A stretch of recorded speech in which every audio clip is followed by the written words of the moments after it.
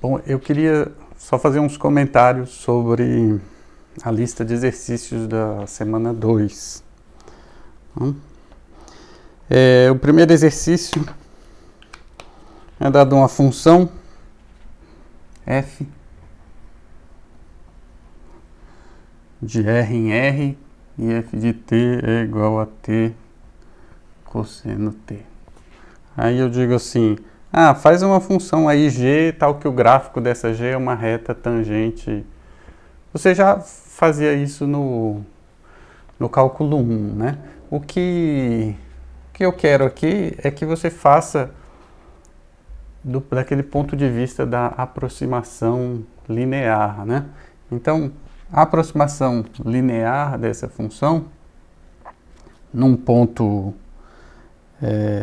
5 aqui, que é pedido, é assim, f de 5 mais um ΔT, caneta tá ruim,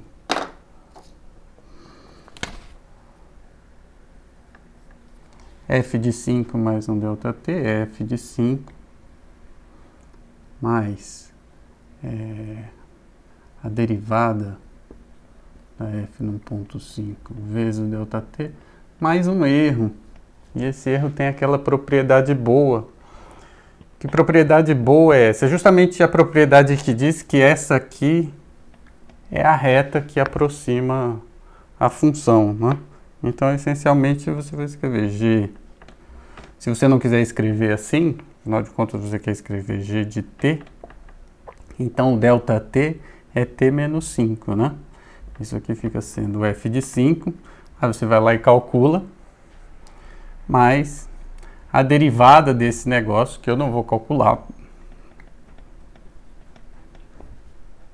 vezes o ΔT, e o ΔT é t menos 5. Então essa é a reta que aproxima, tá? Eu não quero que você precise fazer, o coeficiente angular, eu não sei o quê. O que eu quero é que você já saiba que a aproximação linear de uma função é assim, é o valor da função no ponto que você está calculando, né?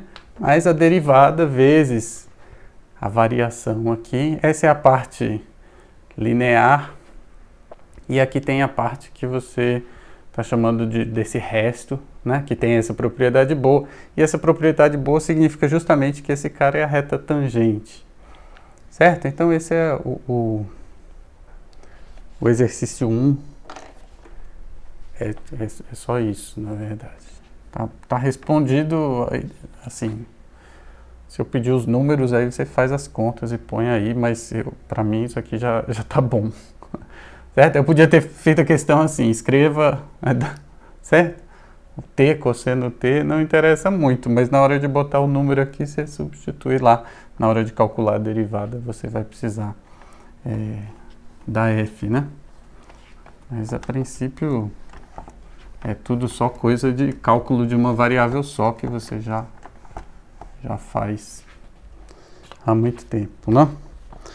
Aí o exercício 2, eu tenho uma partícula que tem uma trajetória que é dada assim, cosseno de 2t, seno de t. Eu digo assim, calcula aí a aceleração, a velocidade e a aceleração dessa partícula num determinado instante de tempo t e esboça o gráfico da trajetória. O gráfico da trajetória, a trajetória é assim, ao longo do tempo t, para cada instante de tempo t tem um ponto, você faz um monte de ponto aí, sai juntando. Eu não vou fazer isso, porque deve dar um negócio bem, bem assim, eu não sei muito, certo? Mas de qualquer forma, num determinado instante de tempo t, essa partícula tem uma velocidade e tem uma aceleração.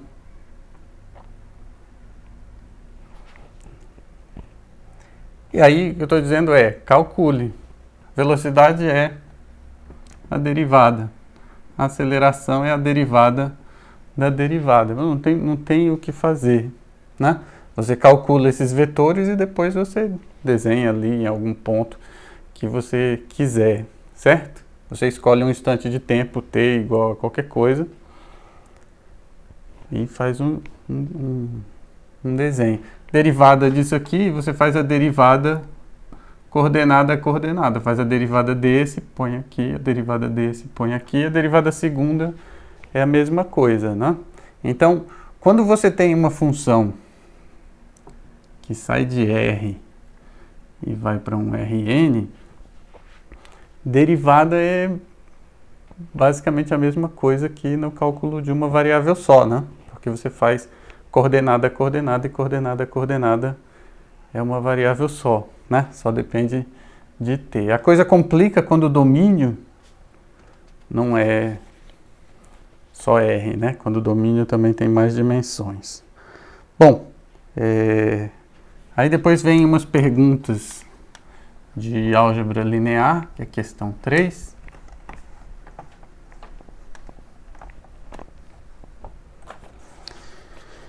E aí eu apresento para você um monte de transformação linear e peço a matriz. Eu vou escolher uma aqui. Vou escolher duas. Vou fazer a D e a E.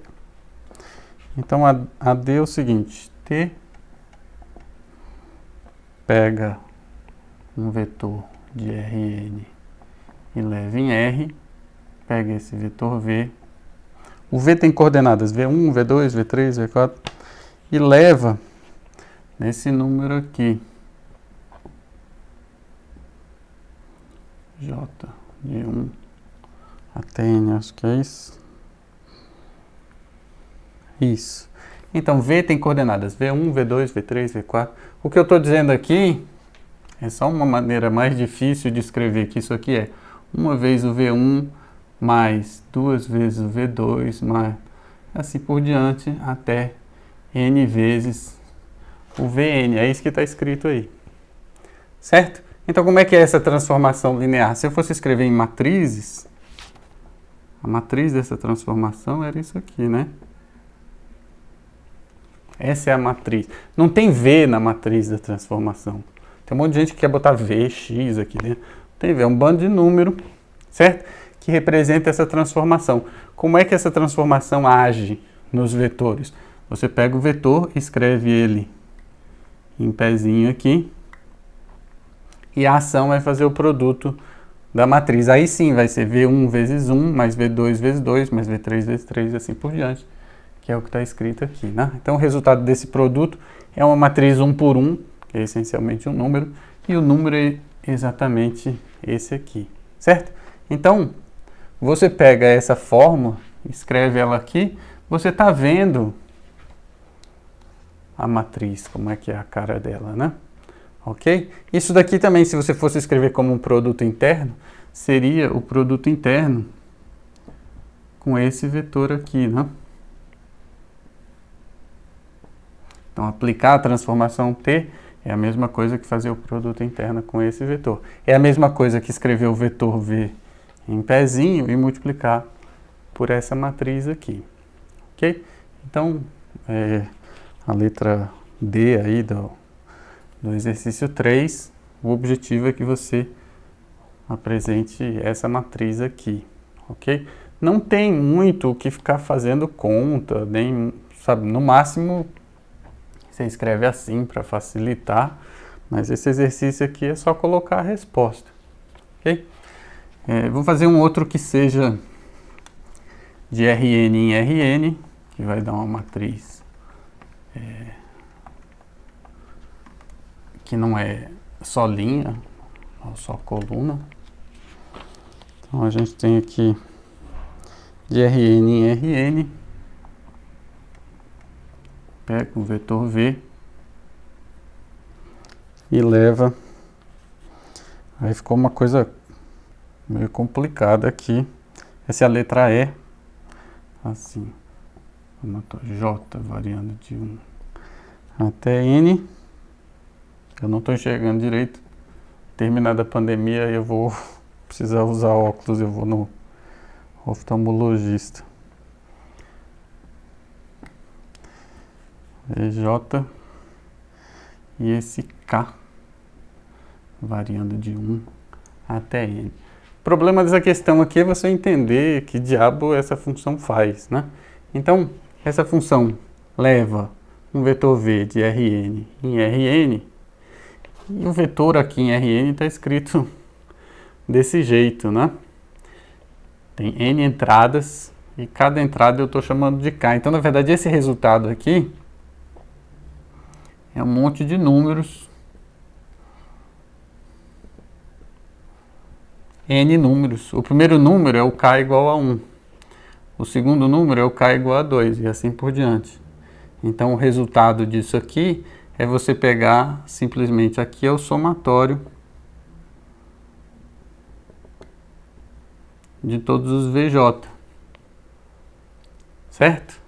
Aqui a segunda entrada é 2 vezes o somatório de todos os VJ.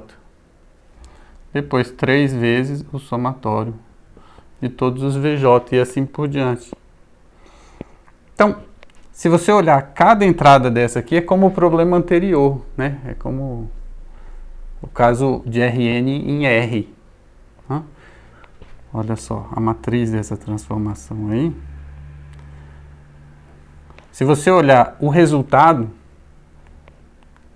só da primeira entrada, corresponde à primeira linha da matriz. Porque quando você colocar um vetor V aqui, V1, V2, né, Vn, esse produto aqui, a primeira entrada do resultado, né, esse mais de cima, vai ser o produto desse com essa linha, né? Então, o que eu tenho que colocar aqui é justamente aqueles números, né? Aqui no caso é só 1, né? A segunda entrada, vou multiplicar esse carinha aqui para dar isso daqui, aqui tem que ter 2, 2, 2, 2 e assim por diante, né? Depois 3, 3, 3, 3, 3, 3 e vai descendo, descendo até n, n, n, n. Essa é a matriz que faz esse negócio aqui, né? A primeira entrada do vetor do resultado, você representa aqui com a primeira linha da matriz, a segunda entrada com a segunda linha, e assim por diante. Então, se você olhar entrada por entrada, é esse problema anterior que eu coloquei. Até um pouquinho mais fácil, né? Porque todas as entradas são iguais. Mas poderia ter sido aqui, ó, J. Então, aqui ia ser V1 mais V2 mais V3, perdão, V1 mais 2V2 mais 3V3, aí ia ser 1, 2, 3, 4, N. O outro ia ser igualzinho, 1, 2, 3, N. Né? Não ia depender do K. E você poderia ter os dois, J vezes K. Dá para fazer um monte de coisa, né? E a matriz aqui vai mudando, certo? Então, o exercício 3 é para fazer esse tipo de coisa. O exercício 4, eu faço ele num vídeo já de exemplos. Tem uma tal de uma transformação de espelho que eu explico esse exercício 4, mas essencialmente eu estou pedindo para você explicar a seguinte transformação. Cosseno θ, seno θ menos seno θ, cosseno θ, certo? Multiplicado. Essa transformação é rotacionar por um ângulo θ, né? No sentido anti-horário. Transformação que aparece aqui. Eu escrevi, não vai caber ali. Essa transformação, o que ela faz? Ela mantém o x como está e o y, ela negativa, né? Então, essa transformação aqui, ela pega um vetor assim e leva na reflexão dele, como se aqui fosse um espelho d'água, certo? E aí, você joga esse vetor para baixo. Não é exatamente um espelho, porque ele também joga quem está aqui para cima, certo? E espelho tem a ver com de onde você olha, aqui não, né?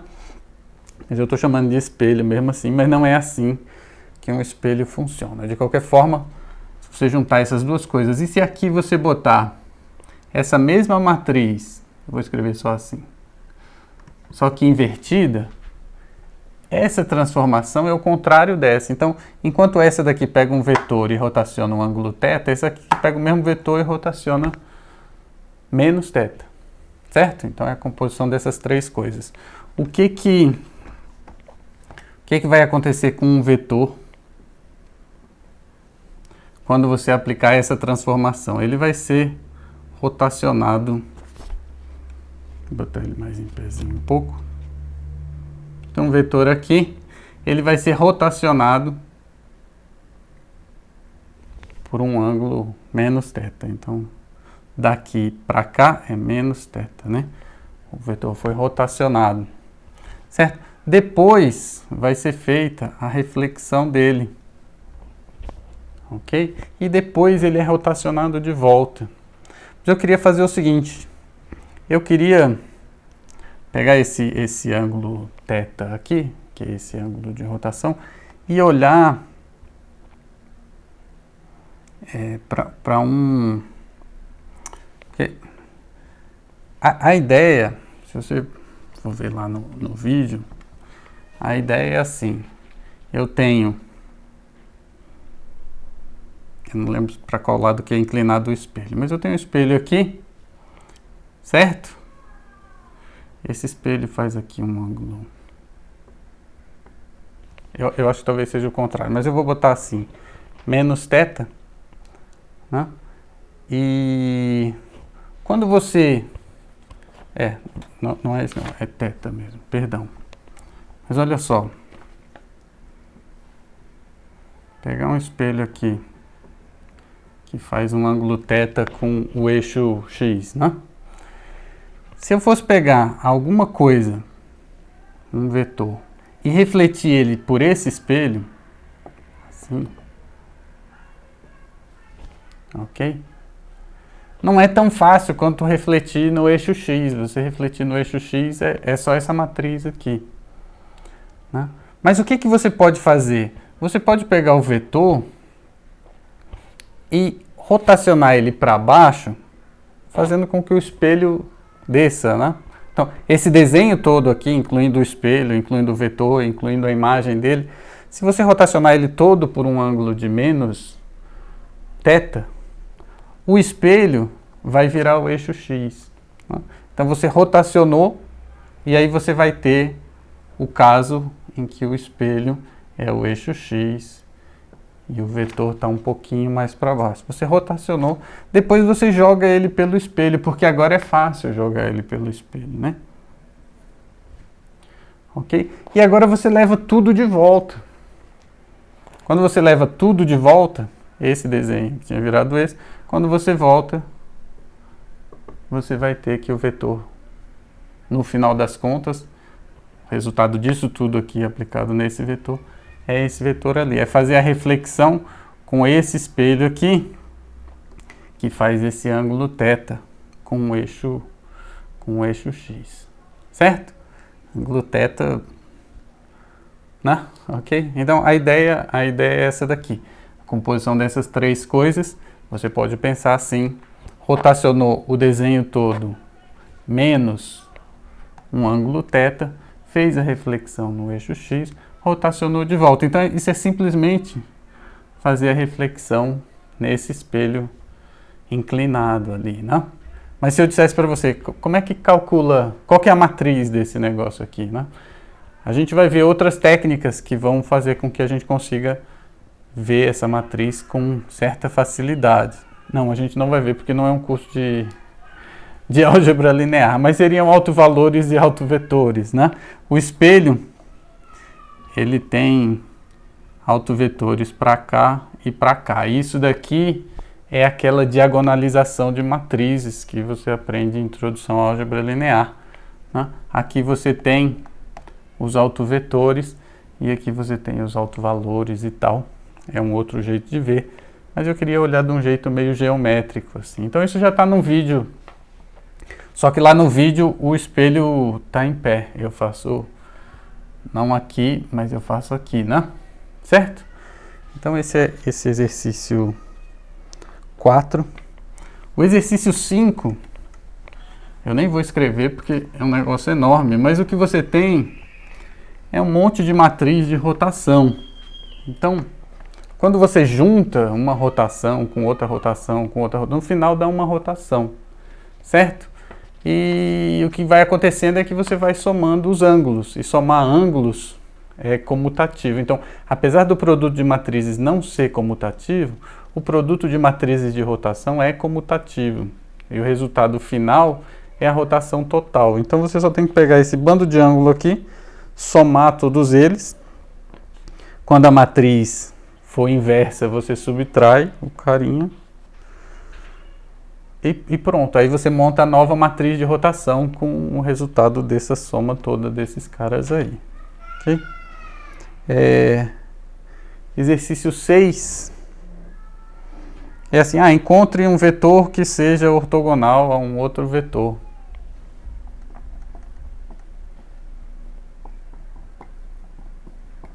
Eu quero que você descubra Z tal que esses dois vetores fiquem ortogonais. Você faz o produto interno igual a zero, né? Ortogonal significa... Então você vai ter que descobrir quanto é que é Z. Certo? Vai dar um monte de número que você vai jogar para lá, né? Vai multiplicar e depois passar o 3 dividindo, certo? O exercício 7 é exatamente a mesma coisa, só que em vez de escrever o vetor assim, eu escrevi o vetor assim.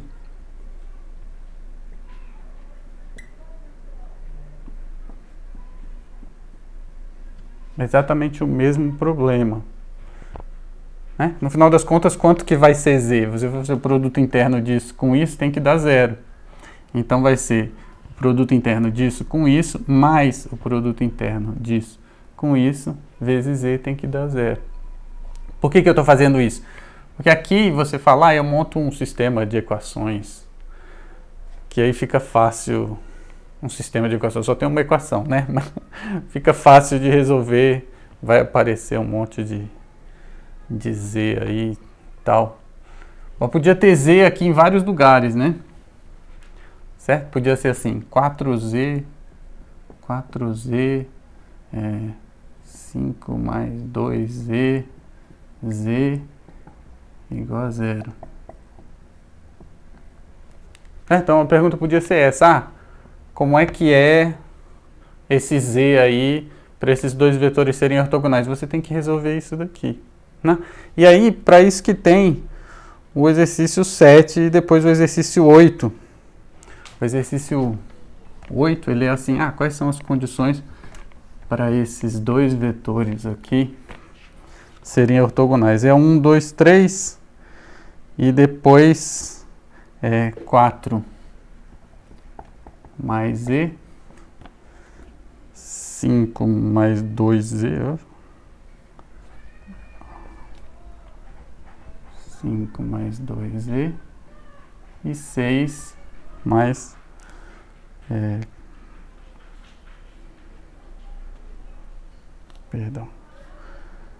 6 mais 4Z. Você quer que isso daí dê zero, ou seja, que esses caras sejam ortogonais. O que a gente está fazendo no exercício 8 é, em vez de escrever esse negócio desse jeito, escrever assim, né? 1, 2, 3, produto interno, quem? Com 4, 5, 6, mais Z vezes o vetor 1, 2, 4.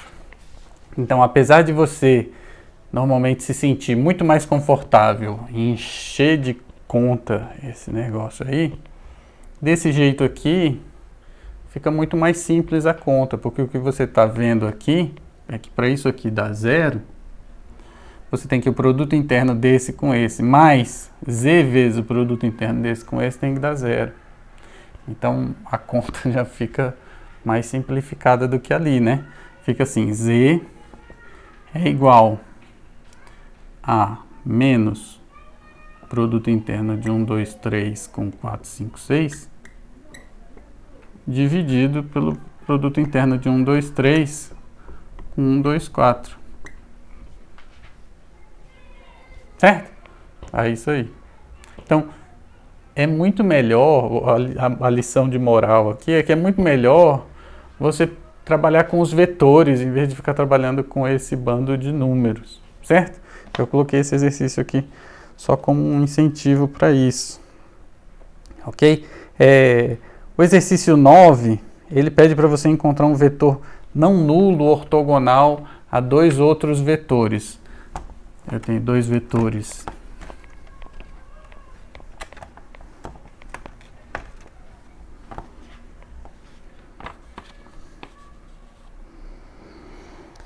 para variar 1, 2, 3, 4, 5, 6.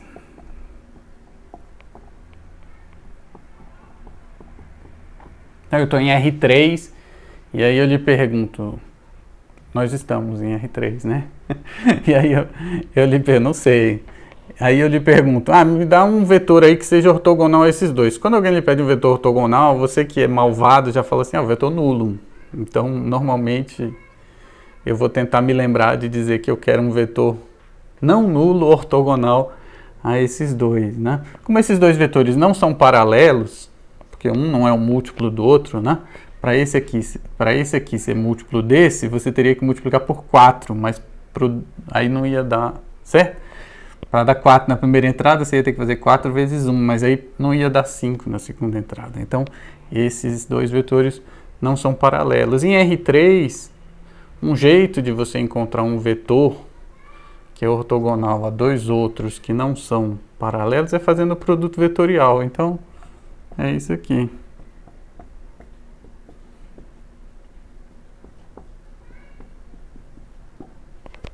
Certo? O objetivo era que você dissesse, é só fazer o produto vetorial, enquanto um vetor que seja ortogonal.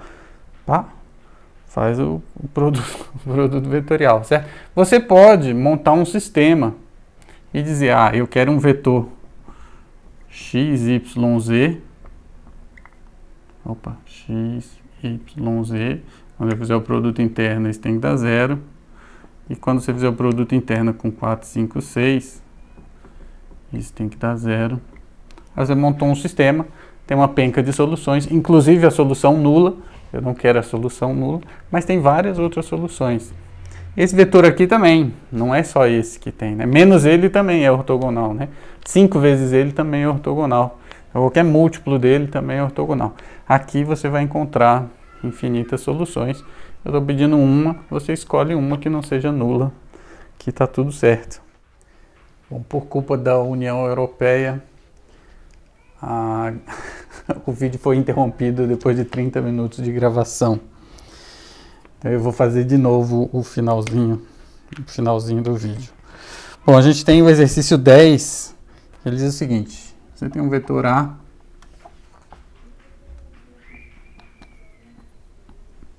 e aí a primeira coisa que o exercício pede é que você encontre um vetor ortogonal a esse vetor A. Um jeito fácil de encontrar um vetor ortogonal, qualquer coisa aí, é fazendo assim. Você escolhe uma entrada daí e você zera. Normalmente a terceira, né? Mas eu vou fazer com a do meio para você ver. E as outras duas você troca e muda o sinal de uma delas. Certo? Então esse vetor é ortogonal ao vetor de cima. Então, agora, dado que você tem esses três vetores ortogonais, o exercício pede o seguinte, um vetor C, que é o vetor, acho que 1, 2, 4.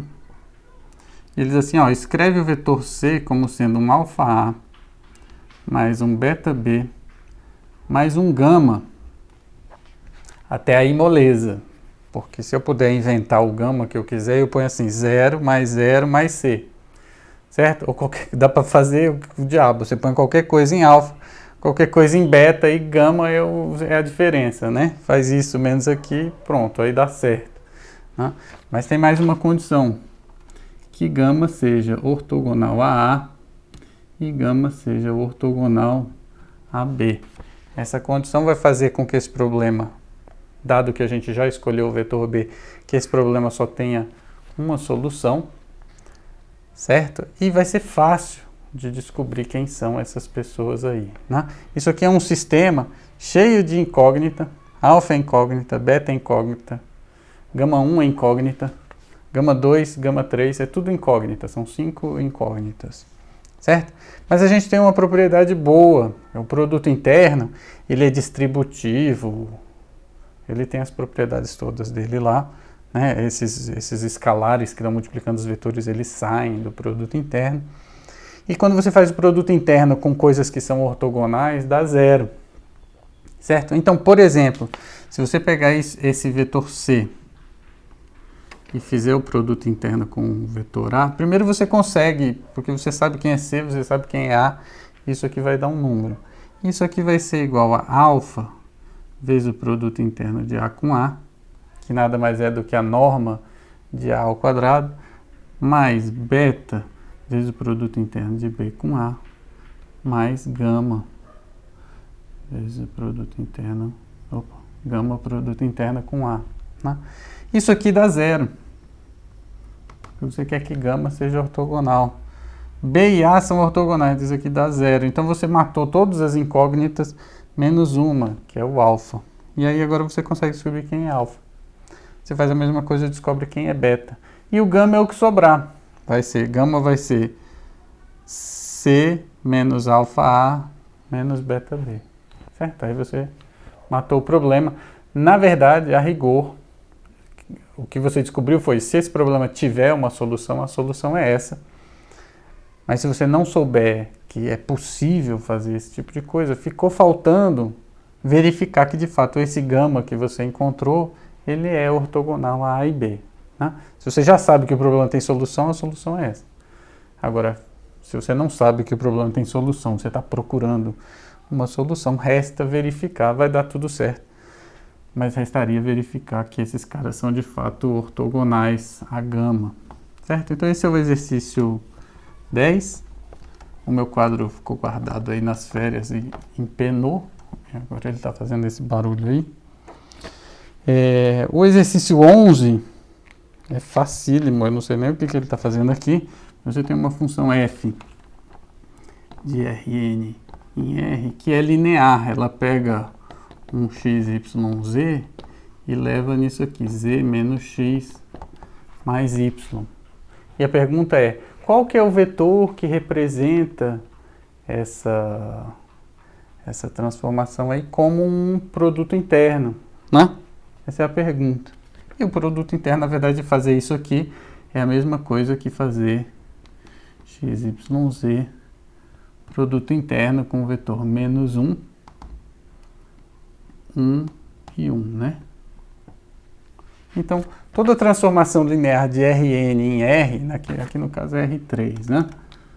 Mas de R3. Mas de Rn em R, você pode representar ela como um produto interno, né? Se você fosse fazer a matriz dessa transformação F, a matriz seria esse carinha ali, né? Ok? E aí, uma coisa boa é que você elimina a necessidade desse bando de x, y e z. Na verdade, se você chamar esse vetor de A, o que essa transformação F faz é pegar o vetor V e levar em A produto interno com V, certo? Elimina esse bando de coisa aí.